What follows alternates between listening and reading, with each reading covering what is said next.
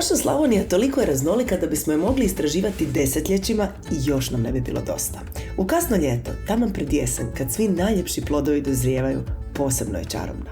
No, prije nego provjerimo kako je danas stanje, vratit ćemo se u prošlost. U daleku prošlost. Jeste li znali da između gora Pleternice u Panonskom moru nekada plivao najstariji i najveći sisavac kit? Danas ga možemo sresti u interpretacijskom centru Terra Pannonica. Da se vratimo 24 milijuna godina natrag u prošlost, kad je ovdje oko nas sve bilo Panonsko more, današnje gore Papuk, Krndija i Psunj, koje su nam onako jedne od većih u Slavoniji, su u to doba bile samo mali otoci. Ali evo, desili su se nekakve klimatske promjene, to more se isušilo, s vremenom i nestalo. Danas imamo ovdje Teru, odnosno zemlju, centar Terra Pannonica. Reakcije su sjajne. Centar je zapravo prvenstveno namijenjen vrtićkim, osnovno-srednjoškolskim skupinama, ali imamo jako puno obitelji koje dolaze ovdje. U sklopu centra imamo i multimedijalnu dvoranu u kojoj smo dosta onako aktivni.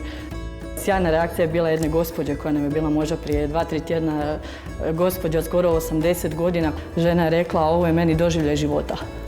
Pleternica vam tijekom cijele godine ima sadržaje. Evo, nekako najveseliji mjesec u godini nam je lipanj, jer zaista je najposjećeniji. U 3 vikenda imamo 5 ili 6 manifestacija. Nakon što smo upoznali čarobni svijet dubina, odlazimo u visine, prema jednoj od najviših točaka Slavonije, Omanovcu. Znači, ljudi dođu tražiti nekakav mir. Mir i rekao bi bezbrižan vikend. Dođu i onda su uvijek iznenade i kad odlaze uvijek kažu kao da smo bili kod kuće. Gosti koji dođu u ovaj kraj mogu sudjelovati u streličarstvu na način da organiziramo bitku obrane kovnice novca u Pakracu, koju je iskovan prva hrvatska srebrna moneta, gdje mi kao klub ljudima omogućujemo da se bave i za pokušaju da se bave sa streličarstvom. Oko nas se nalazi preko 100 km pješačkih staza. U novije vrijeme ljudi vole doći i voziti se, ne samo šetati, nego voziti se e-biciklima.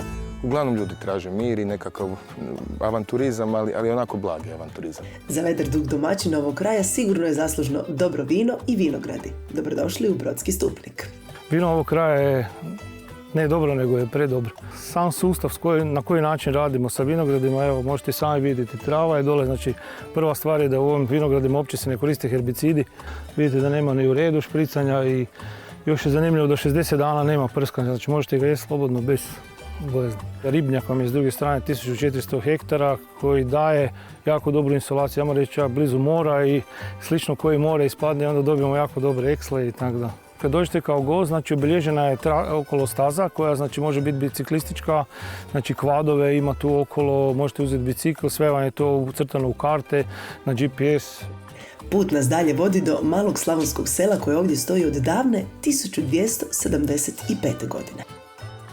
Evo, nalazi se u Staroj Kapeli, mjesto koje ima svega 9 živućih stanovnika, dugo je 500 metara, ima 15 kuća, od tih 15 kuća 5 imanja je uređeno za bavljanje ruralnim turizmom.